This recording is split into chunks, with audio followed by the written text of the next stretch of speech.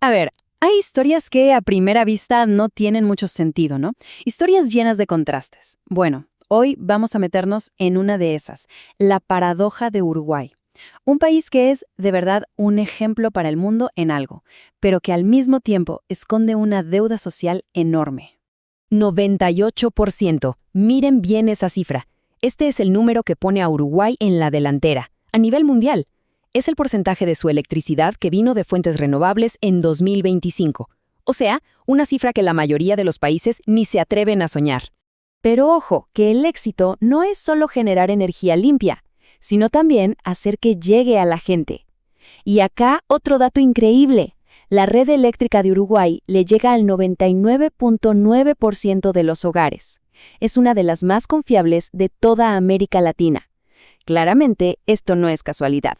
Es el resultado de una visión a largo plazo y de invertir fuerte en infraestructura. Ok, pero ¿de dónde sale todo ese 98%? La mayor parte, casi la mitad, es energía hidroeléctrica, con un 46%. Este dato es fundamental. Por favor, quédense con ese número en la cabeza, porque en un ratito vamos a ver por qué también es un punto débil. La pregunta cae de Maduro, ¿no? ¿Todo este éxito con la energía verde se traduce en bienestar para toda la población? Y, bueno, acá es donde la historia da un giro total. Pasamos de la celebración a una realidad que es mucho, mucho más complicada. Y esta es la otra cara de la moneda. Fíjense bien en esto. Mientras que la pobreza en los mayores de 65 años es de apenas 1.8%, en los niños menores de 6 se dispara casi al 21%. Es una brecha de más de 10 veces, una disparidad entre generaciones que simplemente duele verla. Para que quede todavía más claro, UNICEF lo pone en palabras muy simples. En Uruguay, 1 de cada 5 niños, niñas y adolescentes vive en la pobreza. 1 de cada 5. Es un dato durísimo. Hay una frase que se escucha mucho en Uruguay y que lo resume todo, que le pone un rostro a la estadística. La pobreza tiene cara de niño. Y esto no es algo nuevo, no es una crisis de ahora. Es un problema estructural que el país viene arrastrando desde hace décadas. Y ahora, la pregunta del millón. ¿Qué tiene que ver una cosa con la otra? ¿Cómo se conectan el éxito energético y la crisis social? Bueno, aquí es donde estas dos historias que parecen tan distintas chocan de frente. El puente que une estos dos mundos es un fenómeno climático que seguro escucharon nombrar, la Niña. Para explicarlo fácil, es un enfriamiento del Océano Pacífico, que para Uruguay y toda la región se traduce en una palabra, sequía.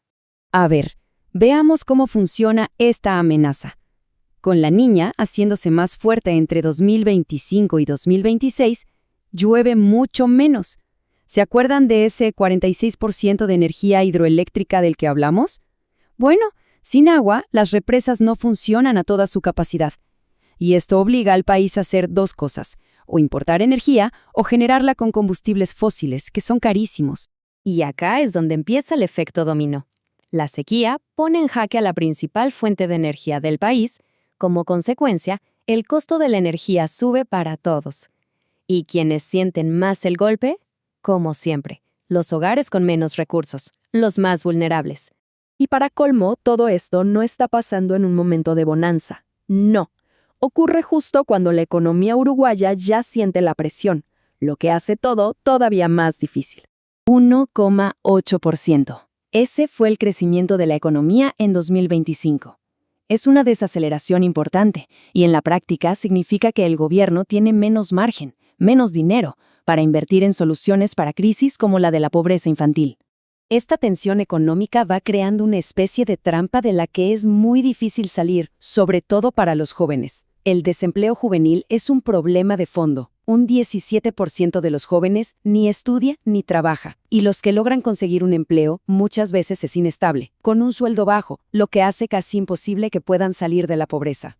Con todo este panorama, queda claro que Uruguay está en una encrucijada. Tiene que tomar una decisión clave sobre cuál va a ser su próxima gran inversión para poder asegurar su futuro. Y curiosamente, la economía misma nos da una pista muy clara. Hay algo que se llama la curva de Heckman, que básicamente demuestra que la inversión que genera más beneficios a largo plazo es la que se hace en la primera infancia. O sea, invertir en los más chiquitos no es solo un tema de justicia, es la estrategia económica más inteligente que un país puede hacer. Y esto nos deja con la gran pregunta que resume toda esta paradoja. El país que fue capaz de planificar y ejecutar una revolución energética, ¿podrá ahora usar esa misma visión, esa misma audacia para resolver su crisis social más urgente? La evidencia parece indicar que la inversión más rentable está en su propia gente, comenzando por los más pequeños. Y en la respuesta a esa pregunta se juega no solo el futuro de una generación, sino el de todo el país.